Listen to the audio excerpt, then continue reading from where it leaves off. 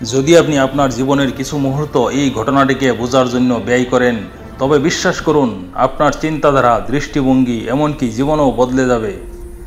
একজন বাদশাহ এক অত্যন্ত বিলাসবহুল ও মহিমান্বিত প্রাসাদ নির্মাণ করলেন। এমন প্রাসাদ যা দেখলে চোখ জুড়িয়ে যায়, মনে হয় যেন জান্নাতের এক টুকরো পৃথিবীতে নেমে এসেছে। যেই প্রাসাদটি দেখতে আসতো বিস্ময়ে অভিভূত হয়ে যেত, দৃষ্টি সরাতে পারত না। কিন্তু বাদশাহ একটি অদ্ভুত শর্ত ঘোষণা করলেন, যে ব্যক্তি নির্দিষ্ট সময়ে প্রাসাদের প্রতিটি কোণ দেখার কাজ শেষ করতে পারবে, প্রাসাদটি তার হয়ে যাবে।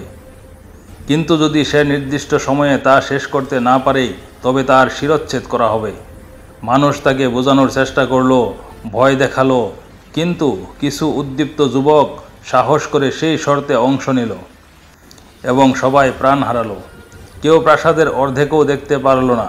সময় শেষ হয়ে যেত আর মৃত্যু তাদের জন্য অপেক্ষা করত। এই খবর ছড়িয়ে পড়ল দূর দূরান্তে। একদিন এক গ্রামের সরল যুবকের কানে খবরটি পৌঁছালো। প্রথমে সে বিশ্বাস করতে পারেনি, তারপর সাহস সঞ্চয় করে বাদশাহের দরবারে হাজির হলো। মন্ত্রীরা, উপদেষ্টারা, এমনকি জল্লাদও তাকে বারবার সাবধান করলো, যেও না, এটা তো মৃত্যুর খেলা। কিন্তু যুবক ছিল জেদ্দি ও দৃঢ় সংকল্প। সে অনুমতি পেল এবং নির্দিষ্ট সময় নির্ধারণ করা হলো। তাকে প্রাসাদে প্রবেশ করতে দেওয়া হলো। যুবক প্রাসাদের প্রতিটি ঘর, দেওয়াল, পথ, ফানুস, কার্পেট, পুকুর, বাগান সব কিছু দেখল, এবং সেটাও সময় শেষ হওয়ার আগেই। যখন সে ফিরে এলো এবং বাদশাহের সামনে দাঁড়ালো, পুরো দরবার নিস্তব্ধ হয়ে গেল। বাদশাহ বিস্মিত হয়ে বললেন, যুবক, তুমি আমার কথা রাখছো, এই প্রাসাদ এখন তোমার। কিন্তু বলো তো, এত অল্প সময়ে তুমি কিভাবে পুরো প্রাসাদ দেখলে?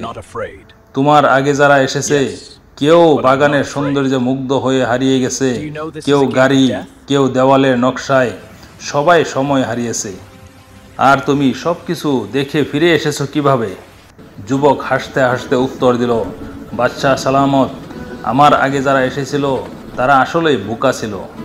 তারা এই প্রাসাদের সৌন্দর্য মুগ্ধ হয়ে নিজের প্রাণ হারিয়েছে। আর আমি কি করলাম জানেন? প্রাসাদের দরজা দিয়ে ঢোকার পরই আমি চোখ হালকা করে বন্ধ করে ফেললাম। আমি মন দিয়ে প্রাসাদ দেখলাম বন্ধ চোখে। আমি এতটা বোকা নয় যে সৌন্দর্যের মোহে পড়ে নিজের জীবন হারাবো। এখন যেহেতু প্রাসাদ আমার হয়ে গেছে, আমি ধীরে ধীরে নিশ্চিন্তে সময় নিয়ে সব দেখব। বন্ধুরা, এই প্রাসাদ আসলে এই পৃথিবী, আর সেই বাদশাহ হলেন সৃষ্টিকর্তা। যারা এই দুনিয়ার চাকচিক্যে হারিয়ে যায়, তারা আসলে আমরা মানুষই। কিন্তু যারা চোখ অল্প বন্ধ রাখে, অর্থাৎ এই পৃথিবীর জলমলে মোহে না হারিয়ে উদ্দেশ্যময় জীবনযাপন করে, তারাই শেষ পর্যন্ত সফল হয়ে আল্লাহর দরবারে সম্মানের সঙ্গে পৌঁছে যায়।